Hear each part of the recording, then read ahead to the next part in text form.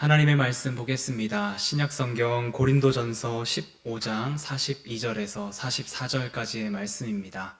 고린도전서 15장 42절에서 44절까지의 말씀을 제가 봉독해 드리겠습니다. 죽은 자의 부활도 그와 같으니 썩을 것으로 심고 썩지 아니할 것으로 다시 살아나며 욕된 것으로 심고 영광스러운 것으로 다시 살아나며 약한 것으로 심고 강한 것으로 다시 살아나며 육의 몸으로 심고 신령한 몸으로 다시 살아나나니 육의 몸이 있은즉 또 영의 몸도 있느니라. 아멘.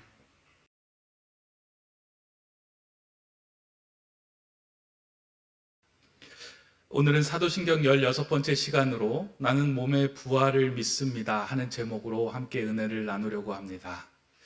목회를 하다 보면 장례식을 집례할 때가 참 많은데요. 그 장례식을 집례하다 보면 어린아이로부터 시작해서 어른에 이르기까지, 그리고 아주 그 연세가 많으신 그 성도님까지 장례를 치를 때가 있습니다. 제가 일본에서 목회를 할 때에 낳은 지 일주일밖에 안 된 아이의 장례식을 집례한 적이 있습니다. 남편이 한국분이고 아내가 중국분인 다문화 가정에 이제 그 가정에서 어렵게 태어난 아이가 태어난 지 일주일밖에 안 됐는데 갑작스럽게 죽음을 맞이하고 난 후에 절망스러운 마음으로 저를 불러서 장례를 좀 해줄 수 있겠느냐 요청을 했습니다. 찾아가서 정성스럽게 장례를 이렇게 집례를 해드리고 난 후에 부모님이 이제 그 장례가 끝나는 상황에서 저에게 이런 질문을 하셨어요. 목사님, 이 아이도 천국에 갈 수 있을까요? 아마 부모님의 입장에서는 이 아이가 자신의 입으로 예수 그리스도를 구주로 고백한 적도 없고 또 세례를 받지도 않았는데 이 아이는 과연 천국에 갈 수 있을까 하는 것이 많이 고민이 되었던 모양입니다. 그래서 그런 질문을 저에게 했을 때 제가 그렇게 이야기를 했습니다. 주 안에서 주를 믿는 가정에서 태어난 아이이니 이 아이는 천국에 갔을 겁니다. 너무 걱정하지 마시기 바랍니다. 그렇게 제가 대답을 해드렸습니다. 그 장례를 경험하고 난 후에 늘 계속해서 제 마음속에 이제 몸의 부활이나 성경 속에서 부활에 관한 이야기를 들을 때마다 계속해서 생겨난 질문이 있었습니다. 만약 이 아이가 부활하여 천국에 간다면 어떠한 모습으로 이 아이는 천국에서 부활의 몸을 입고 살아갈 것인가? 성경은 분명하게 그리스도 안에 있는 자들은 몸의 부활을 한다고 하는데 어린 아이가 죽었을 경우에 그 아이는 일주일밖에 안 된 그 아이는 눈도 뜨지 않는 상태의 몸으로 천국에서 살아가게 되는 것일까 하는 그 질문이 이제 저에게서 계속해서 생겨났습니다. 그 이후로도 몸의 부활에 대한 성경의 구절을 읽을 때마다 이와 관련된 질문들이 계속해서 생겨났습니다. 몸은 영과 혼과 육으로 이루어져 있는데 이 땅에서 육신이 죽고 나면 영혼은 어디에 있다가 부활을 하게 되는 것일까? 또한 새로운 몸을 입고 부활을 한다면 부활한 몸은 죽기 이전의 몸과 어떠한 연속성을 가지게 되는 것일까? 그러니까 우리가 육신의 몸이 땅에 썩어서 사라지고 부활한 몸으로 또 새로운 몸을 입게 되는데 이 둘은 어떠한 연속성을 가지게 되는 것일까? 그리고 죽은 후에 몸이 부활한다면 어느 시기의 몸으로 부활하게 되는 것일까? 여러분들도 생각을 해보신 적 있지 않습니까? 여러분들은 만약에 몸이 부활한다고 하면 어느 시대, 어느 때의 몸으로 부활하기를 원하십니까? 10대? 20대? 30대? 아니면 죽기 이전의 그 모습으로 부활하게 된다라고 여러분들은 또 생각을 하실 수도 있습니다. 개인적으로 저는 지금의 몸으로 부활하는 게 가장 좋습니다. 몸이 제가 이렇게 근육이나 모든 것들이 이제 완성된 몸은 아니지만 지금의 상태로 봤을 때 지금의 몸이 가장 좋다라는 생각을 하기 때문인데 아마 여러분들도 각자에 맞는 그 시기가 있을 겁니다.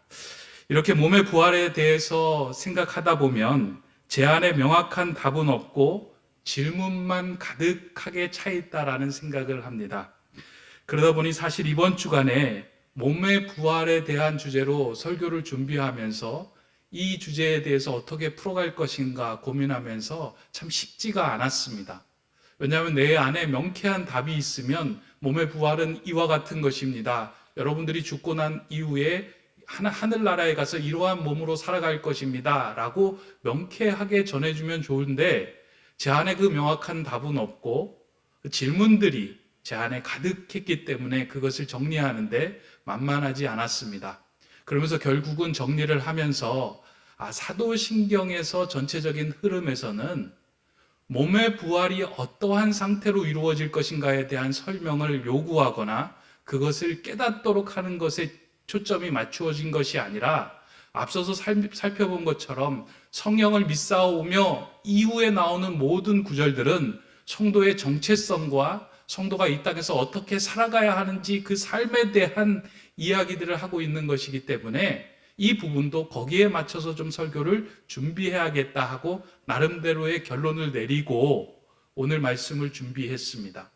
따라서 몸의 부활에 대한 오늘 이 신앙 고백은 몸의 부활이 어떠한 형태로 이루어질 것인가에 대한 내용이 아니라 그러면 이 몸의 부활을 고백하는 성도는 어떠한 정체성을 가지고 그리고 이 땅에서 어떠한 생각으로 어떠한 삶으로 살아가야 할 것인가에 대한 질문과 답으로 좀 오늘 말씀을 준비했고 거기에 초점을 맞추어서 풀어보려고 합니다.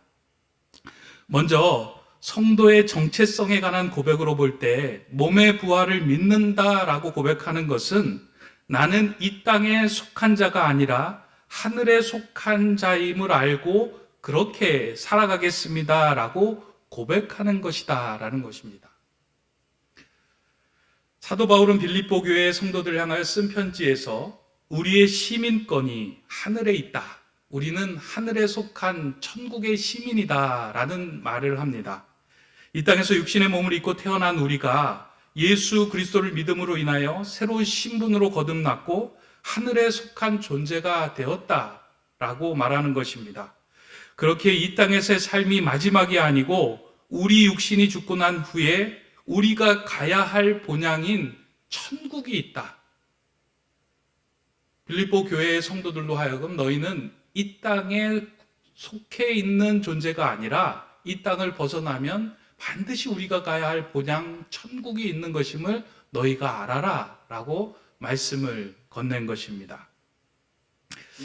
바울은 그래서 성경에서 우리의 육신의 몸을 장막이라고 곳곳에 표현한 적이 있습니다. 장막이라고 하는 것은 영원히 머물러 있는 것이 아니고요. 걷어서 가야 하는 곳입니다. 또 다른 곳으로 나가야 할 임시의 처소를 이야기하는 것이 장막을 이야기합니다.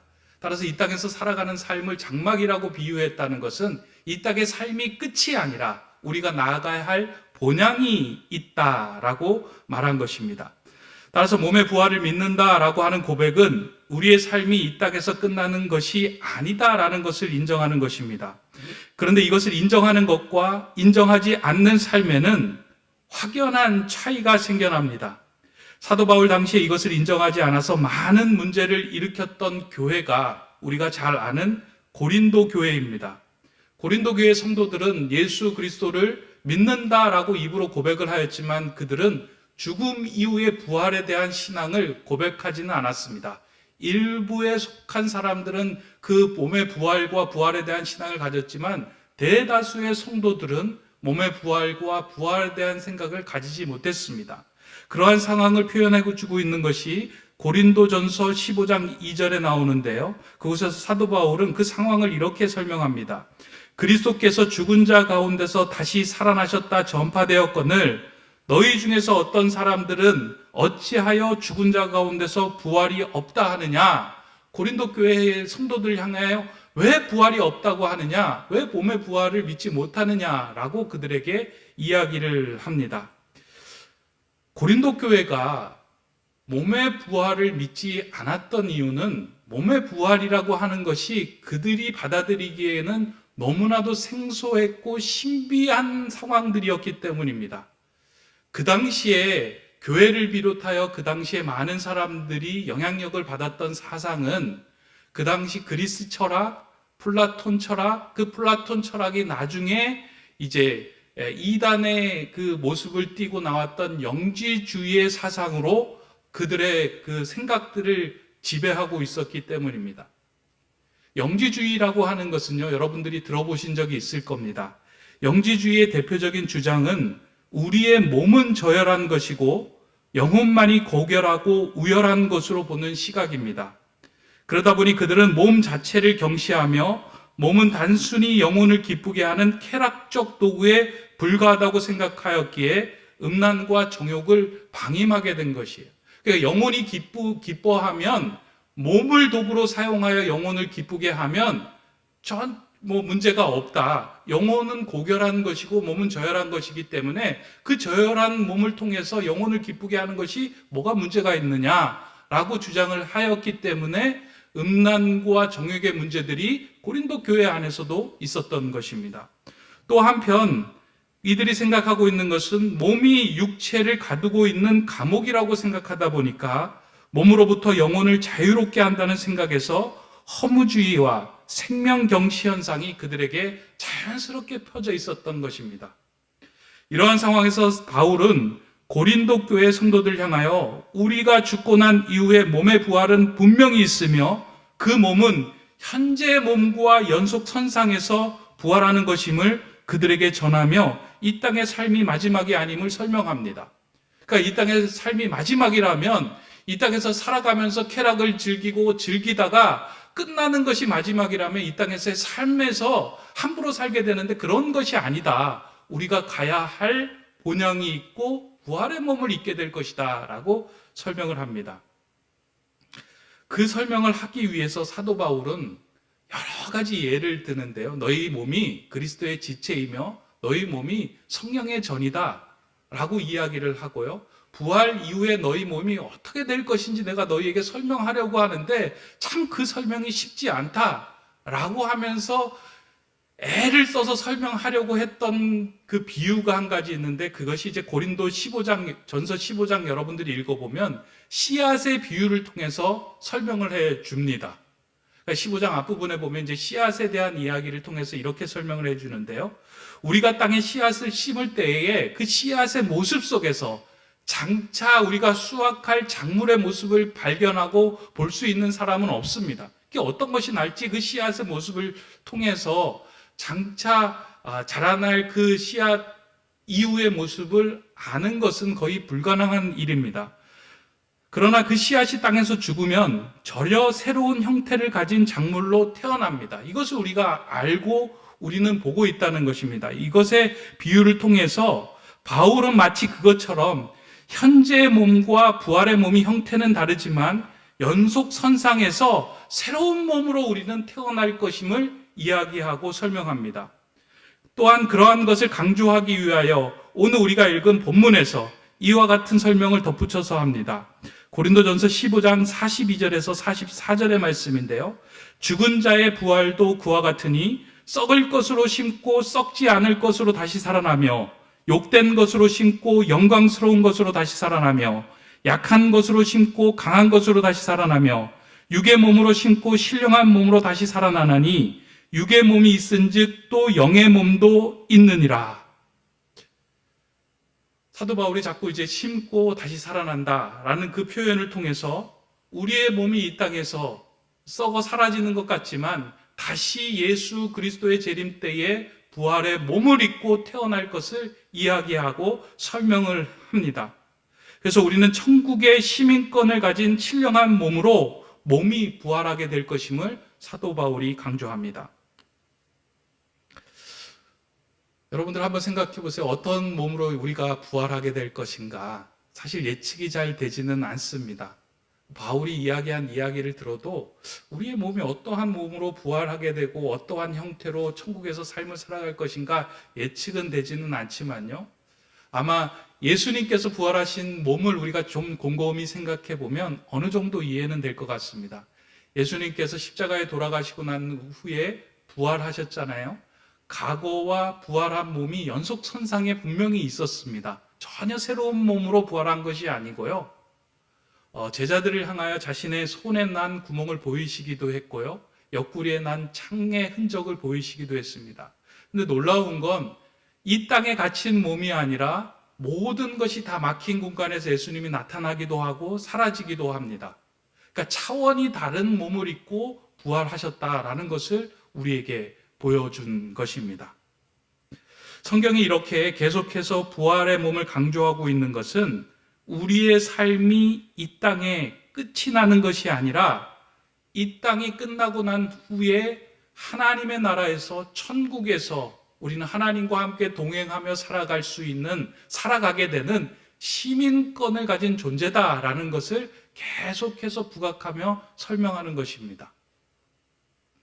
그렇게 몸의 부활을 믿는다라는 고백은 나의 정체성은 하늘에 속한 시민입니다. 그것을 고백하며 이 땅에 소망을 가지고 살아가는 것입니다.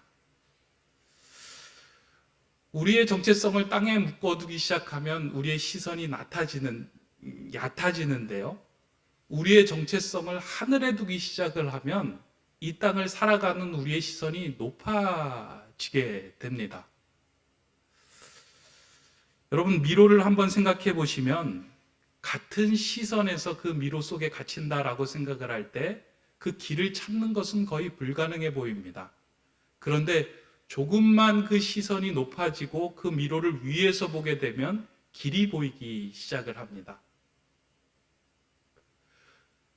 우리가 하나님 나라에 대한 시민권, 하늘에 대한 시민권, 하나님 나라에 속한 자라고 생각을 할 때 하나님께서는 우리의 시선이 이 땅에 머물러서 살아가는 삶이 아니라 그 시선을 조금 더 높여서 하나님의 시선으로 이 땅을 살아가도록 하게 하시기 위함입니다. 지난 주간에 우리가 함께 읽고 묵상하였던 시편 20편 1절이 딱 이와 같은 말씀인데요. 이렇게 기록이 되어 있습니다. 환난 날에 여호와께서 내게 응답하시고 야곱의 하나님의 이름이 너를 높이 드시며.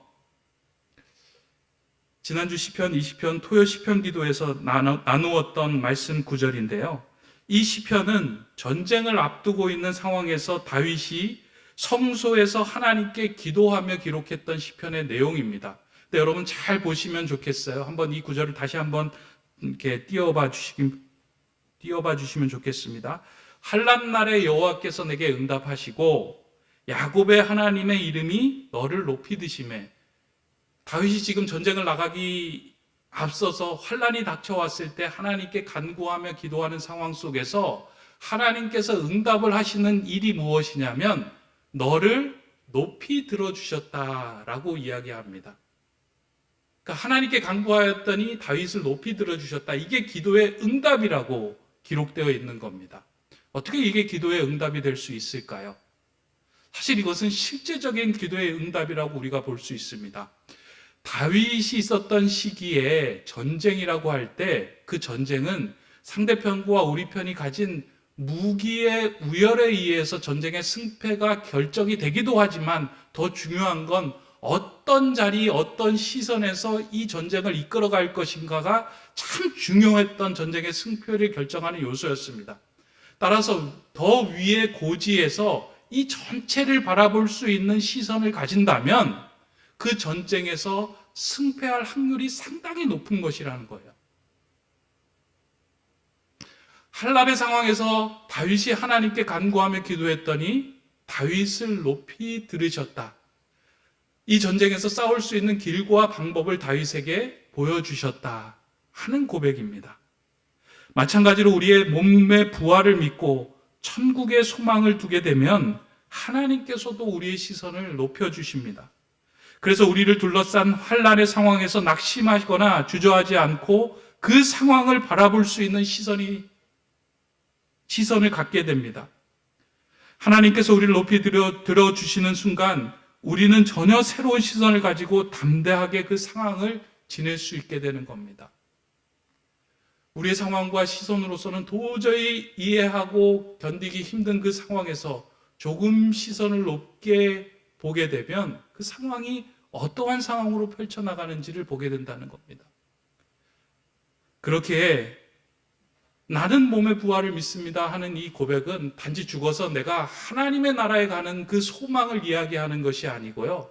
나는 이 땅의 메인 시선으로 살아가는 존재가 아니라 하나님의 높은 시선으로 이 땅을 바라볼 수 있는 천국의 시민입니다를 고백하는 겁니다. 여러분 혹시 지금 환난의 때를 만나고 계십니까? 절망의 순간에서 길이 보이지 않습니까? 그때 우리가 해야 할 고백이 있다면 나는 몸의 부활을 믿습니다. 나의 시민권은 이 땅에 속해 있는 것이 아니라 하늘에 속해 있습니다. 하나님께 이것을 믿음으로 간구하며 고백할 때 저와 여러분을 하나님께서 조금 더 높은 곳으로 들어 올려 주실 겁니다. 이거 하늘의 시민권을 가지고 있는 사람들에게 주시는 특권이에요. 제 사무실이 3층에 있다 보니까요. 3층 아래에서 이제 걸어 다니는 사람들을 보면 높은 시선에서 그 사람들을 이렇게 바라보고 있으면 그 사람이 어떻게 행동하고 어디로 가고 무슨 일이 벌어지는지를 조망할 수 있게 됩니다. 조금만 높은데도요. 그 사람이 앞으로 이 신호등을 건너가서 어떻게 해야 될 것인가를 다 위에서 볼 수 있는 시선을 갖게 되는 겁니다. 우리 인생에서도 막히고 답답한 상황이 올 때 우리 이 땅에서 시선에서는 도저히 풀리지 않지만 우리의 시민권이 하늘에 있습니다. 나는 몸의 부활을 믿는 존재입니다. 고백할 때 하나님은 우리를 계속해서 들어 올려주시는 거예요. 그것을 들어 올려주실 때 우리는 이 땅의 메인 시선에서 낙심하거나 주저앉으며 살아가는 인생이 아니고요. 그 담을 훌쩍 뛰어넘을 수 있는 능력의 삶을 살아가게 됩니다. 그것을 고백하는 것이 나는 이 첫 번째로 몸의 부활을 믿습니다. 내 성도의 정체성은 이 땅에 속한 자가 아니라 하나님의 나라에 속한 자입니다를 고백하는 것입니다. 이 고백이 저와 여러분의 고백이 되기를 바랍니다. 두 번째로 성도의 삶의 측면에서 몸의 부활을 고백하는 것은 이 땅에 살아가면서 미리 그 부활을 당겨서 살겠습니다 하고 고백하는 것입니다. 성경을 보면 예수님께서는 많은 사람들을 다시 살려주시는 사건들이 이제 있습니다. 물론 다시 생명을 얻은 사람들이 영원히 사는 몸의 부활을 누린 것은 아닙니다. 예수님께서 다시 살린 사람들도 영원히 살지 못하고 또 한 번의 장례식을 치르는 상황들이 벌어졌습니다. 그럼에도 불구하고 예수님께서는 사람들을 다시 살려주시는 일을 행하십니다. 영원히 살지도 않을 것임에도 불구하고 왜 예수님은 사람을 살리는 일, 기적을 계속해서 행하시고 보여주셨을까? 그것은 요한복음 11장에 나오는 나사로를 살리신 사건을 보면 그 의도가 잘 드러납니다. 여러분들도 이제 그 나사로의 그 이야기를 잘 아실 겁니다. 한번 그것을 생각하면서 다시 한번 들어보시기 바랍니다. 요한복음 11장의 내용을 간단하게 설명해 드리면 이런 내용입니다. 예수님의 절친이었던 나사로가 갑작스럽게 죽음을 맞이합니다. 그러자 나사로의 여동생이었던 마리아와 마르다가 예수님을 찾으려고 사방에 수소문을 합니다.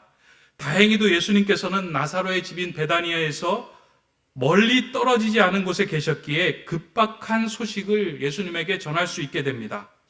마르다와 마리아는 예수님께서 적어도 자신들과는 친한 친구이기에 이 위급한 상황을 듣고서는 바로 오셔서 문제를 해결해 주실 줄 알았습니다.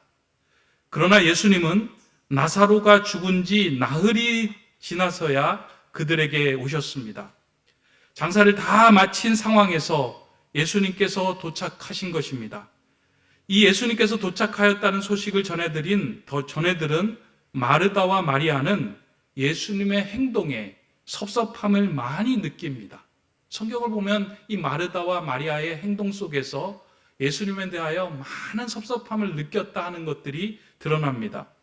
마르다는 예수님께서 조금 더 일찍 오셨더라면 이 죽음으로부터 오빠를 구할 수 있을 것이다 라고 말하며 원망 섞인 이야기로 예수님에게 이야기합니다. 왜 지금에야 오셨습니까? 조금 일찍 오셨으면 이 죽음으로부터 내 오빠를 구할 수 있었을 터인데 왜 이제서야 오셨습니까? 하고 자신의 마음을, 원망 섞인 마음을 예수님에게 건넵니다. 마르다는 예수님이 왔음에도 불구하고 다른 때 같았으면 맨발로 쫓아나와서 예수님을 맞이했을 터인데 예수님이 왔다는 이야기를 듣고도 집에서 나오지 않습니다. 집 안으로 예수님이 들어오셨을 때에야 비로소 마리아도 입을 열고 이렇게 이야기합니다. 왜 이제야 오셨습니까? 마르다와 동일하게 조금만 일찍 오셨더라면 내 오빠가 죽지 않고 살아났을 터인데 왜 이제서야 오셨습니까? 라고 원망 섞인 어조로 예수님에게 이야기를 합니다. 마리아와 마르다가 이렇게 말하게 된 이유는 그들에게 있어서 죽음이라고 하는 것은 도저히 인간의 힘으로 해결할 수 없는 끝이다라는 생각을 가지고 있었기 때문입니다. 죽음이 가장 강력한 것이다라고 생각을 하였습니다. 마리아와 마르다가 모든 사람들이 생각하였듯이 죽음이 끝이었기에 죽음 이후에는 예수님이 오셔도 그것에는 아무런 변화와 아무런 의미가 없다라고 그들도 생각을 했습니다. 이러한 생각은 오늘 우리에게도 있습니다. 사람들은 그 시대의 사고와 생각의 틀을 벗어날 수가 없습니다. 죽음의 강력한 틀 안에 갇혀 있는 사람들은 그 사고를 벗어날 힘이 없습니다. 이미 강한 논리로 죽음이 끝이다. 죽음을 이겨낼 수 있는 것은 아무것도 없다. 죽음 앞에 모두 다 무력하게 굴복하고 무릎을 꿇는 것이 이 시대의 사조며 우리들의 생각이기도 합니다. 그런데 예수님은 그러한 그들의 생각과 사고의 틀 밖으로 그들을 불러내고자 그들의 다가가시고 나흘이 지난 후에야 그들에게 다가가셨던 것입니다. 부활이요 생명으로 이 땅에 오신 예수님 앞에서는 죽음조차도 굴복할 것이라는 것을 그들에게 보여주고자 하신 것입니다. 그러면서 예수님은 그들에게 이렇게 말씀하십니다. 예수께서 이르시되 나는 부활이요 생명이니 나를 믿는 자는 죽어도 살겠고 무릇 살아서 나를 믿는 자는 영원히 죽지 아니하리니 이것을 내가 믿느냐? 죽음 앞에 굴복하고 죽음의 사고의 틀에 갇혀있던 그들을 건져내시며 내가 부활이고 내가 생명이다. 죽어서 믿는 자는 살겠고 살아서 나를 믿는 자는 영원히 죽지 아니하는데 너는 그것을 믿느냐? 라고 그들에게 외치며 그들에게 질문을 합니다. 예수님과 죽음이 맞부딪혔을 때 예수님의 생명과 죽음이 맞부딪혔을 때 예수님은 그 죽음에 삼키우지 않고 그 죽음마저도 예수님 앞에 소멸되고 죽어버린 것을 많이 보여주셨습니다. 예수님의 생명의 능력 안에서 죽음이 죽어버린 것입니다. 우리가 가지고 있는 그 사고의 틀 안에 묻힌 그 신앙 안에 머물러 있지 말고 예수의 부활과 생명은 이 모든 것들을 이겨내는 강력한 생명이며 부활이다라는 것을 그들도 믿게 하시기 위하여 그와 같은 생명의 사건을 그들에게 보여주신 것입니다. 그런데 예수님께서 하신 이 말씀 가운데 오늘 눈여겨볼 한 구절이 있습니다. 무릇 살아서 나를 믿는 자는 영원히 죽지 아니하리니, 이 구절입니다. 저 설교를 준비하면서 이 무릇 살아서 나를 믿는 자는 영원히 죽지 아니하리니, 이게 참 현재형으로 기록되어 있는 부분이다라는 생각을 한 거예요. 몸의 부활이라고 생각할 때는 미래형이고 죽어서 천국의 소망을 가지고 하나님의 나라에 들어갈 것이라고 생각을 하고 있는데, 오늘 이 부분은 무릇 살아서 나를 믿는 자는 영원히 죽지 않는 현재로 부활의 몸을 입고 그 부활을 미리 당겨서 살아갈 수 있는 존재가 되는 것을 너는 믿느냐 하고 묻고 있는 질문처럼 들려왔습니다. 몸의 부활을 믿는다는 것은 단지 죽어서 천국 가는 소망을 가지고 살아간다는 고백을 넘어서 이 땅에서 우리는 부활을 당겨 이미 부활의 몸으로 살아가겠습니다라고 그것을 우리에게 던지는 질문이며 그것을 고백하는 것이 오늘 우리가 사도신경에서 외치는 이 고백입니다. 여러분은 어떻습니까? 몸의 부활을 믿습니까? 지금 이미 살면서 몸의 부활을 미리 당겨서 이 땅에서 부활된 몸으로 살아가고 계십니까? 제가 말씀을 준비하면서 정리하면서 몸의 부활은 이 땅에서 부활을 미리 당겨서 살아가는 것이다 라는 그 문장을 쓰다가 가까운 목사님 한 분이 생각이 났습니다. 여러분들도 아시는 목사님인데 그 목사님께서 몇 해 전에 갑작스러운 폐암 선고를 받고서 마음이 많이 위축되셨다 하는 이야기를 하신 적이 있습니다. 평생에 하나님의 뜻대로 살고자 하는 자신이 암에 걸려서 이 노년의 시기를 힘든 시기를 보내야 하는가 하는 그 생각에 많이 힘들다가 어느 순간 기도하던 중에 마음이 바뀌게 된 상황을 만난 것입니다.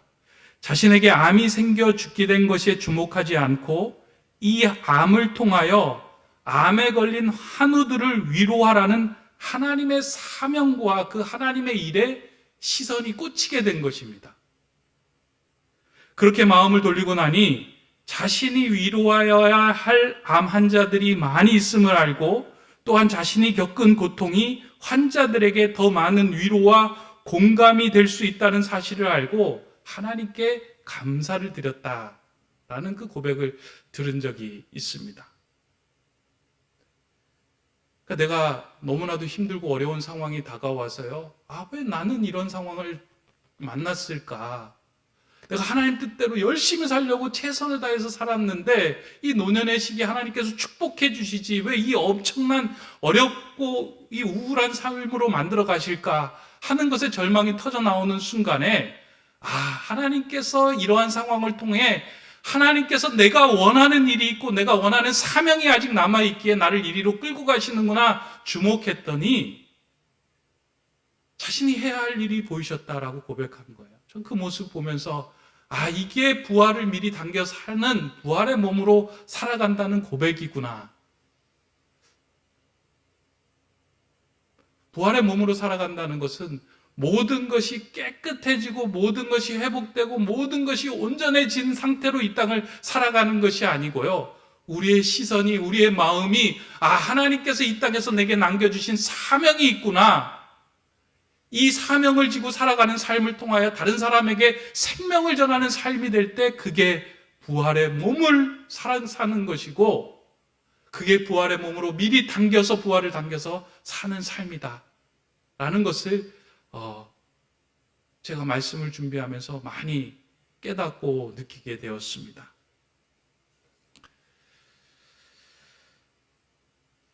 오늘 살아가면서 우리의 삶 속에서도 하나님이 원하시는 한 가지가 있다면 이 땅을 살아가면서 세상에 매여서 주눅드는 삶이 아니고요. 하나님께서 오늘 우리에게 맡겨주신 사명과 일이 있음을 발견하고 어떠한 상황 속에서도 굴하지 않고 부활을 당겨서 생명의 삶으로 살아가는 것을 우리에게 원하고 계십니다. 따라서 부활의 몸을 믿습니다 하는 고백은요, 난 죽어서 천국에 갑니다 라고 고백하는 그 수준이 아니고요, 나는 이 땅에서 미리 천국의 삶을 살아가겠습니다 라고 당당하게 고백하는 거예요. 비록 내 몸이 썩어 없어질지라도 지금 살아가는 이 상황 속에서 부활을 당겨 누군가에게 생명을 전해줄 수 있다면 나는 당당하게 주눅들지 않고 살아가겠습니다. 나는 몸의 부활을 믿습니다 라고 고백하며 살아가는 것입니다. 사도신경을 이제 거의 끝부분에 와 있는데요. 제가 매주 이제 설교를 준비하면서 보다 보니까 이 몸의 부활을 믿습니다 이 고백이 사도신경의 클라이막스에 해당되는 부분이 아닌가 하는 생각을 했어요. 교향악 그 연주를 보면은요, 클라이막스 부분에 이르면 모든 악기들이 마치 이 부분을 향하여 우리가 달려왔다는 듯이 소리를 내며 큰 그 음으로 연주를 합니다. 모든 악기들이 나는 이 부분을 위하여 존재하며 이 부분을 위해서 달려왔다 하는 것처럼 클라이막스에 크게 소리를 내며 연주를 하는 그 부분들이 있어요. 저는 사도신경에서 그 클라이막스에 해당되는 부분이 이 몸의 부활을 믿습니다 부분이 아닌가 하는 생각을 했습니다.